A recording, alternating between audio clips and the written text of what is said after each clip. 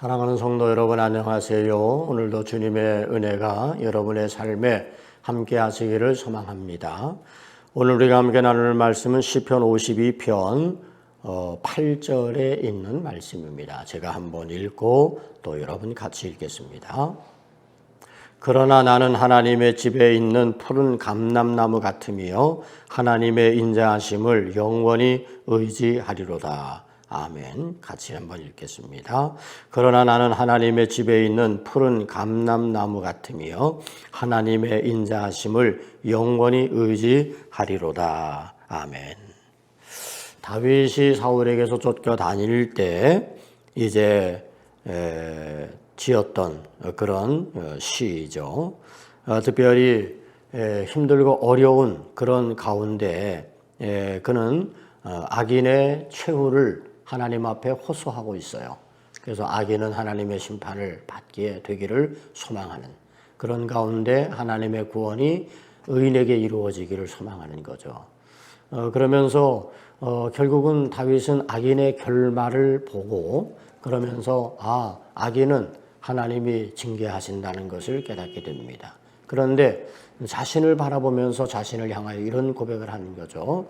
그러나 나는 하나님의 집에 있는 푸른 감람나무 같으며. 하나님의 집에 있는 푸른 감람나무. 하나님의 집에 있으므로 안전하죠. 하나님의 집에 심겼으므로 하나님의 집에서 흥왕하고 왕성하다라고 그렇게 말씀하고 있죠. 하나님의 집에 심겼으며 하나님의 집에서 번성하리로다 라는 시편의 말씀이 있는데 그런 것처럼 하나님의 집에 있는 푸른 감람나무처럼 내가 하나님의 돌봄을 받고 하나님의 보호를 받고 하나님의 은혜 가운데 살아가고 있나라고 그렇게 고백하고 있는 겁니다.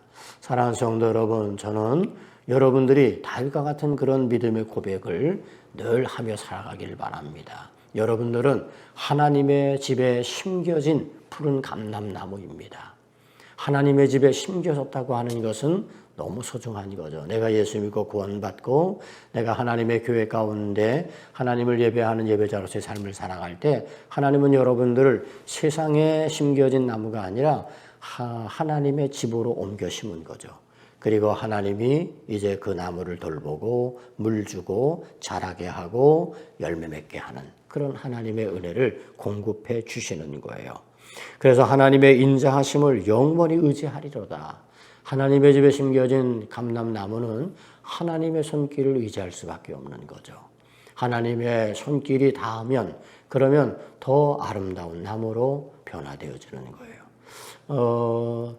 나무들을 잘 가꾼 집을 보면 참 볼품이 있고 너무 멋지다 하는 생각이 들죠.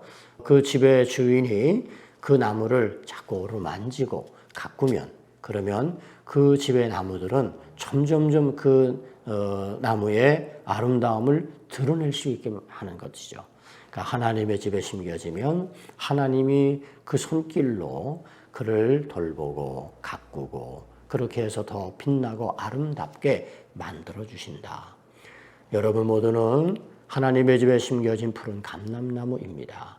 하나님께서 여러분 돌보심을 기억하고 하나님을 의지하는 그런 믿음 안에서 살아갈 때 여러분의 모습이 더욱더 아름다워지게 되기를 주님의 이름으로 축복합니다. 기도하겠습니다. 좋으신 아버지 하나님, 나는 하나님의 집에 있는 푸른 감람나무 같다고 고백한 다윗의 고백이 오늘 나의 고백이 되기를 원합니다. 하나님의 인자하심을 영원히 의지하며 하나님의 돌보심과 만지심과 가꾸어 주심으로 인하여 더 아름다움을 드러낼 수 있는 하나님의 집에 심겨진 나무가 되도록 하나님 우리를 축복해 주옵소서. 예수님 이름으로 기도 올리옵나이다. 아멘.